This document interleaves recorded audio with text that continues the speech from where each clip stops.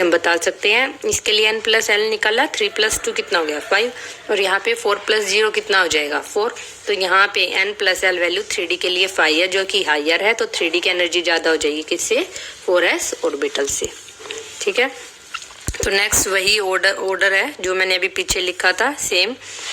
तो क्या ऑर्डर है ये, 1s 2s then 2p then 3s then 3p then 4s then 3d, फिर next 4p 5s 4d 5p। इसको लिखने के लिए हम क्या लिखते हैं, एक डायग्राम भी ड्रॉ करते हैं। ठीक है, सिस्टमेटिक डायग्राम, जिससे सीक्वेंस को याद कर सकते हैं, जो भी बताते हैं अभी। ठीक है, वो आप लोगों ने किया है पहले, एरो से बनाते हैं उसे। तो इसमें क्या देखा कि जो डिफरेंस इन एनर्जी होती है various subshells of same main shell की। जैसे हाइड्रोजन के लिए क्या था 1s, फिर नेक्स्ट क्या था 2s 2p क्या थी, जो वेरियस सबशेल थी सेम मेन शेल की, वो क्या थी सेम एनर्जी की। 3s 3p 3d ये भी क्या थी सेम एनर्जी की, ये था hydrogen. But multi electron system में क्या देखा हमने कि जो वेरियस सबशेल है, जैसे 2s 2p क्या होगी डिफरेंट एनर्जी की, 2s कम एनर्जी की, 2p से ज्यादा की है। नेक्स्ट बात करते हैं 3s 3p 3d, 3s कम की है, फिर 3p उससे ज्यादा, और 3d इनसे भी ज्यादा है। फिर डिफरेंस आया एनर्जी का वेरियस ऑर्बिटल्स की, हमने लास्ट लेक्चर में भी डिस्कस किया था। ये किस कारण आया था, due to screening of inner electron.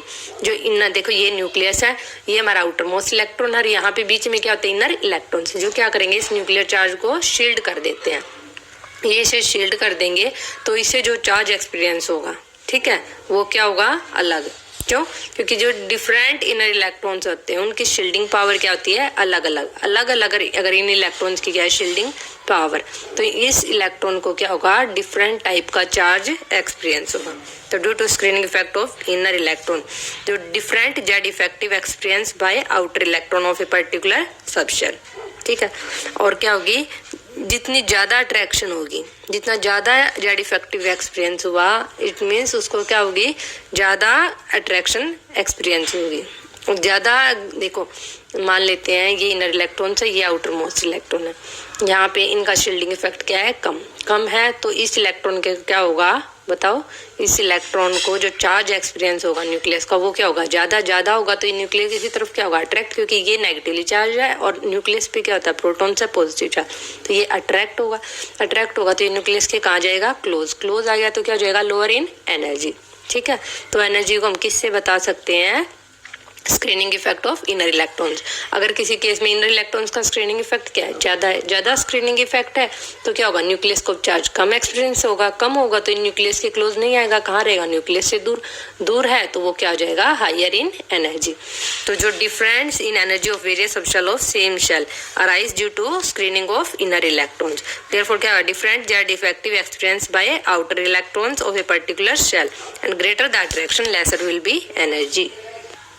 तो हम कैसे बनाएंगे वो सिस्टमेटिक डायग्राम, जिससे हम क्या याद कर सकते हैं, क्या याद करेंगे sequence of orbitals in increasing order. तो फर्स्ट लिखो 1s देन 2s 2p ऐसे लिखते जाना, नेक्स्ट 3s 3p, एक मिनट ब्लैक पेन ले लेती हूँ, 3d, नेक्स्ट क्या जाएगा 4s 4p 4d 4f, next 5s 5p 5d 5f, next 6s 6p 6d and then 7s 7p। अब एरो लगा देना इस डायरेक्शन में डाउनवर्ड में 1s से शुरू करके। ठीक है, 1s ये 2s 2p, नेक्स्ट क्या था 3s 3p। ठीक है, नेक्स्ट एरो ये है, जैसे फर्स्ट एरो में 1 1, नेक्स्ट एरो में 2 2, फिर नेक्स्ट में कितने आएंगे 3 ऑर्बिटल्स, ऐसे नेक्स्ट 2 में 3, फिर उससे नेक्स्ट में आई 4 ऑर्बिटल और लास्ट में कितने आए 3।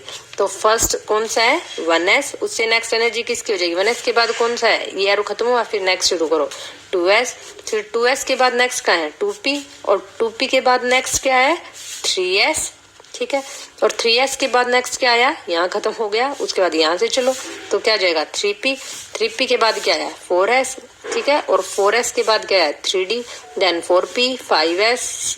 ठीक है, 5s के बाद 4d 5p 6s then 4f 5d 6p 7s then 5f 6d 7p, तो लास्ट क्या आएगा 7p। तो ये होता है increasing energy order of various orbitals. ठीक है, इसके अकॉर्डिंग इलेक्ट्रॉन्स की फीलिंग करनी है। तो ये वाला विजिबल है। तो ये जो ऑर्डर यहाँ से निकालना है, इन्होंने बुक में दिखा रखा है कि 1s की सबसे कम एनर्जी है, देन 2s की, फिर किसकी हायर एनर्जी है 2p की, उससे ज्यादा 3s की, उससे ज्यादा 3p की, 3 भी के बाद नेक्स्ट है 4s, और 4s के बाद नेक्स्ट क्या 3d, 3d के बाद 4p, देन 5s। यही वाला ऑर्डर इन्होंने फॉलो किया है, बुक में देख लेना। इसे बोलते हैं systematic diagram to remember sequence of filling of atomic orbitals. ठीक है। और जो ये एनर्जी के ऑर्डर आए हैं, और हम किससे एक्सप्लेन कर सकते हैं, रेडियल प्रोबेबिलिटी डिस्ट्रीब्यूशन कर्व से। आप लोगों ने किया था ना रेडियल प्रोबेबिलिटी डिस्ट्रीब्यूशन कर्व, उससे भी हम एक्सप्लेन कर सकते हैं। यहाँ देखो, अब हम radial probability distribution curve draw करेंगे डिफरेंट ऑर्बिटल्स के लिए। ठीक है। तो फर्स्ट है 1s। तो 1s क्या था, first orbital of p type, तो उसके पास क्या था, 1 रीजन ऑफ हाई प्रोबेबिलिटी, ये मैंने बना दिया 1s। ठीक है। नेक्स्ट क्या आता था 2s। ठीक है। तो 2s में क्या होता था, सेकेंड ऑर्बिटल है s टाइप का, तो उसमें कितने होंगे, 2 रीजन ऑफ हाई प्रोबेबिलिटी। एक आती थी छोटी लो और एक क्या आती थी बड़ी रो। ये मैंने किसके लिए बना दिया, 2s के लिए।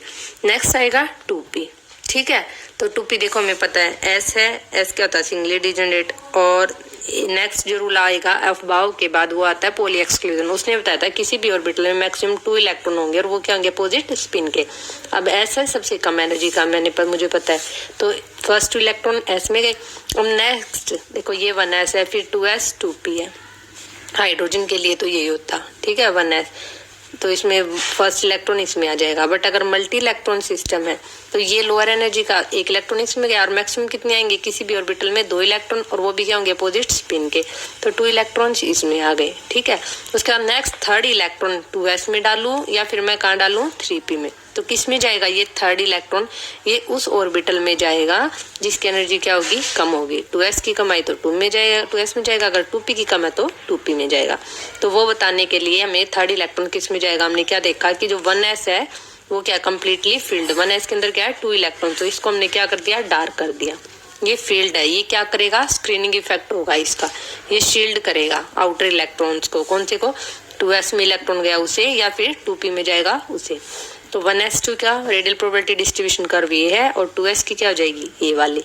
नेक्स्ट हम किसकी बात करेंगे, अब 2s के बाद 2p की।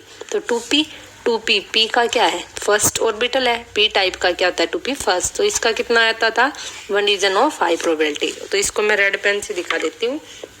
तो जो 2p का ऑर्बिटल्स आता है वो किस टाइप से आता है, देखो ये वाला आया, ये किसका आया है 2p का। ठीक है। तो अगर इस वाले ग्राफ को, इस प्लॉट को देखें तो इसके अकॉर्डिंग तो क्या है 1s2, फिर उसके बाद नेक्स्ट देखो ये r distance of electron from the nucleus.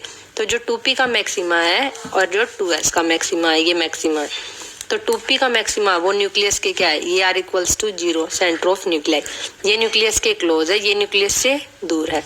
तो 2p का इलेक्ट्रॉन न्यूक्लियस के क्लोज है, इट मीन्स 2p की एनर्जी क्या होनी चाहिए, लोअर होनी चाहिए, मीन्स 1s, फिर उसका 2p क्या आएगी, देन 2s की, ऐसे होनी चाहिए। बट ये क्या है, गलत है। क्यों है, क्योंकि यहाँ पर ध्यान से देखो 2s वाले केस में एक एक्स्ट्रा पीक है। तो 2s में क्या है, एक एक्स्ट्रा पीक है, कहाँ, न्यूक्लियस के क्लोज। देखो ये स्मॉल एडिशनल पीक है, इट मीन्स जो 2s इलेक्ट्रॉन होते हैं, 2s के 2 रीजन थे हाई प्रोबेबिलिटी के, एक ये रीजन था, एक ये रीजन, मीन्स 2s के कुछ इलेक्ट्रॉन कहाँ होते हैं, न्यूक्लियस के ज्यादा क्लोज। देखो ये वाली पीक होने के कारण 2s के इलेक्ट्रॉन न्यूक्लियस के क्या है, ज्यादा क्लोज है एज कंपेरिजन टू 2p। ठीक है, 2s क्या हो जाएगा, क्लोजर टू न्यूक्लियाई। तो यहाँ पे क्या हो जाएगा, अब 2s का जो स्मॉल एडिशनल पीक है उस कारण जो 2s इलेक्ट्रॉन है वो क्या करेंगे, मैक्सिमम टाइम स्पेंड करेंगे near the nuclei. Means 2s के इलेक्ट्रॉन्स ने क्या किया है, 1s2 कोर को, जो ये फील्ड कोर थी, इसको क्या कर दिया है, पेनिट्रेट। मीन्स अगर ये 1s2 है, नेक्स्ट क्या आएगा 2s, पर 2s की एक स्मॉल एडिशनल पीक है, ये वाली है, 2s इलेक्ट्रॉन कुछ क्या होंगे न्यूक्लियस के क्लोज, उसने क्या कर दिया, इस 1s को पेनिट्रेट कर दिया इसके अंदर। तो यहाँ पे इन इलेक्ट्रॉन्स को, इन इनर इलेक्ट्रॉन्स का शील्डिंग इफेक्ट क्या होगा, कम होगा। अगर हमारे इलेक्ट्रॉन यहाँ होते तो ये 1s2 के दोनों इलेक्ट्रॉन क्या कर देते, इसको शील्ड कर देते, तो इसे इफेक्टिव न्यूक्लियर चार्ज क्या होता है, कम एक्सपीरियंस होता, और ये न्यूक्लियस से कहाँ रहता, दूर रहता है। ठीक है, ठीक है, और 2p भी बाहर है, 2p का भी यही केस है। बट 2s में एक एडिशनल पीक होने के कारण वो न्यूक्लियस की क्या है, क्लोज है, वो इसके अंदर है, तो अब यहाँ पे शील्डिंग इफेक्ट क्या होगा, कम होगा। 2 इलेक्ट्रॉन तो कर नहीं पाएंगे, इस पूरे के अंदर 2 इलेक्ट्रॉन और इसके अंदर मान लेते हैं हम कितना है, 1 इलेक्ट्रॉन, तो यहाँ पे शील्डिंग क्या हो जाएगी, कम। कम शील्डिंग है तो इफेक्टिव न्यूक्लियर चार्ज क्या हो जाएगा, ज्यादा, और इफेक्टिव न्यूक्लियर चार्ज ज्यादा है तो वो न्यूक्लियस के कहाँ रहेगा, क्लोज, और क्या हो जाएगा, लोअर इन एनर्जी। देखो यहाँ से स्मॉल एडिशनल पीक ने क्या कर दिया, इस 1s2 की फील्ड कोर को पेनिट्रेट कर दिया। तो यहाँ पे अगर इलेक्ट्रॉन ये वाली ही पीक होती है हमारी 2s की, तो ये पूरे के पूरे 2 इलेक्ट्रॉन से शील्ड कर देते 2s के इलेक्ट्रॉन को, ठीक है। बट यहाँ पे इस एडिशनल पीक के कारण क्या हो जाएगा, due to penetration of 2s electron, ठीक है, पेनिट्रेशन होने के कारण इस एडिशनल पीक के कारण क्या हो जाएंगे, 2s की शील्डिंग क्या होगी, कम। कम शील्डिंग है, इट मीन्स क्या हो जाएगा कि जो जेड इफेक्टिव हो जाएगा इनके लिए 2s इलेक्ट्रॉन के लिए, वो क्या हो जाएगा, ज्यादा, मीन्स वो न्यूक्लियस क्या करेगा, उन्हें स्ट्रांगली अट्रैक्ट करेगा, और वो क्या जाएगा, 2s क्या हो जाएगा, लोअर इन एनर्जी। सिमिलरली हम किसको एक्सप्लेन कर सकते हैं, 3s 3p 3d, कि 3s की एनर्जी कम है, 3p की उससे ज्यादा और 3d की इनसे ज्यादा है। वही रेडियल प्रोबेबिलिटी डिस्ट्रीब्यूशन कर करेंगे तो 3s में इलेक्ट्रॉन कब आएगा, जब इनर वाले से भी क्या होंगे, field, means 1s2 2s2 2p 6। Next क्या आएगा, 3s 1 इलेक्ट्रॉन की s में जाएगा या p में जाएगा या d में जाएगा, ये बताना हमें। तो किस में जाएगा, जिसकी एनर्जी क्या होगी, कम, तो उसके लिए हम क्या करेंगे, तीनों का radial probability distribution curve draw करेंगे, ठीक है। तो वो वाला सेम हमने बनाया पहले field core 1s2 2s2 2p 6 की, ये वाले इलेक्ट्रॉन इनर कोर है, ये क्या करेंगे, शील्डिंग इफेक्ट प्रोड्यूस करेंगे, ठीक है। तो 3s है, third orbital of s type है, तो इसमें क्या होते हैं, 3 रीजन ऑफ हाई प्रोबेबिलिटी, देखो 1 2 3, ये हमारी 3s की कर्व है। उसके बाद नेक्स्ट है 3p, 3p क्या, 2p के बाद क्या था 3p, तो इसमें क्या होते थे, 2 रीजन हाई प्रोबेबिलिटी का रेड लाइन से 1 एंड 2, और 3d फर्स्ट ऑर्बिटल है d टाइप का, तो इसकी क्या आती थी 1।